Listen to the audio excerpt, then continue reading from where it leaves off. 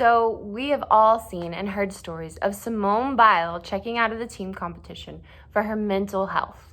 To so many, this was absolutely astonishing. She had been training her entire life for this. Why couldn't she just tough it out? But it's because Simone Biles was able to make one distinction.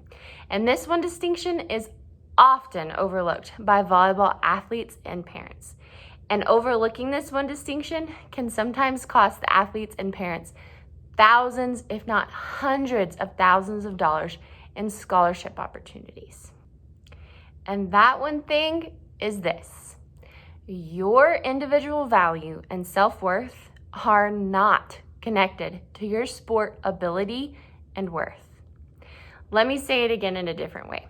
What you are capable of carrying out through athletic skill is not a reflection of your self-worth and value. Simone was able to separate these two things, and she was able to recognize that her ability and how others thought she needed to use that ability was not directly related to her own self-worth. Her own self-worth outweighs her athletic ability every day, just like it does for every single one of you. So here's how I see this being reflected in the volleyball world. I've seen this countless of times, and I guarantee I'm going to see it countless more times. There's an athlete that's playing on an upper level club team, and she's been on varsity for a while, surrounded by players that are getting tons of D1 offers. And she's capable of getting those offers, but it's just not happening for her. So instead of separating her self-worth, stepping back and realizing that her self-worth is not a reflection of what someone else thinks her volleyball worth is, she kind of gets intimidated and thinks there's no way I can look at D2 schools or anything less than D1 because they're going to make fun of me and my teammates are going to think I'm not good enough. So she steps back and says, well, I don't actually want to play in college, and just stops the process altogether.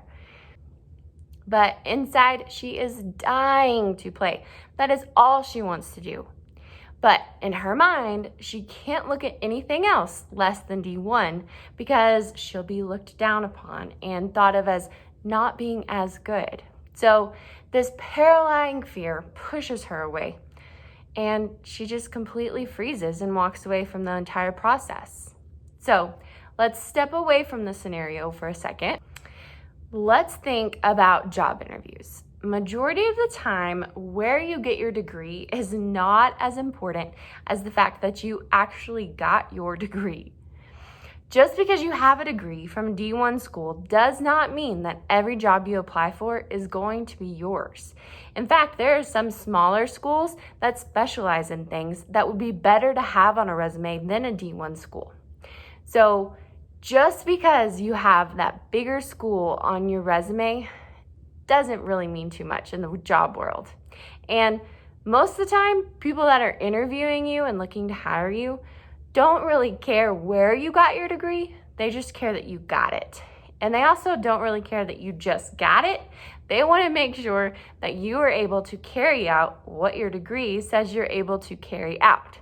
So there's a lot more to it than just where you got your degree. So going back to the girl in this scenario, she could go down two different paths. Path one takes her to a big Division I school. She doesn't get to play volleyball, but she gets her degree and misses volleyball like crazy, constantly has what ifs, and has tons of student loans. So path two, if she were able to step back and realize that her self-worth and her volleyball worth are not the same things, she could possibly go to a Division I JUCO and get her entire school paid for, and then maybe go to a D1 or D2 school, get her degree fully paid for, and then walk out into the world with a degree and no student loans. Simply because she realized that what others think of her volleyball skill and level does not define who she is as a person and what her value is on this earth. And it does not define what she is capable of accomplishing. So, if I could only tell every volleyball player out there one volleyball tip, it would be this. Do not tie your own self-worth and value to your volleyball skills and worth. They are two totally separate things. I don't care if you're the best player out there, and I don't care if you're just an average player. Your worth, your self-worth, your self-value will always outweigh your volleyball skills. Do not tie the two things together. You are not defined by what someone tells you your volleyball skills are worth, and you're not defined by the school that you're able to go to or the scholarship you're able to get. That does not define who you are, your value, and your worth in life. So, if we can do anything, we can be so grateful to Simone for showing us this boldness and showing us that our self-worth and identity is totally different from our sport. There are two different things. We are a human above all, and then we are athletes. So focus on this whenever you're looking at choosing schools. Do not let someone else's opinion or value of your volleyball skills direct what type of school you're going to be looking for. There are so many options out there, and every year scholarships go unused because athletes aren't willing to play at a lower level. So do not define yourself by your volleyball skills. And if you need help defining who you are and what you're worth, leave a comment below. Maybe we can chat about it. So, sorry I interrupted my regular program schedule. I don't have a program, but regular schedule of saying what scholarships are at each level. That video is coming next.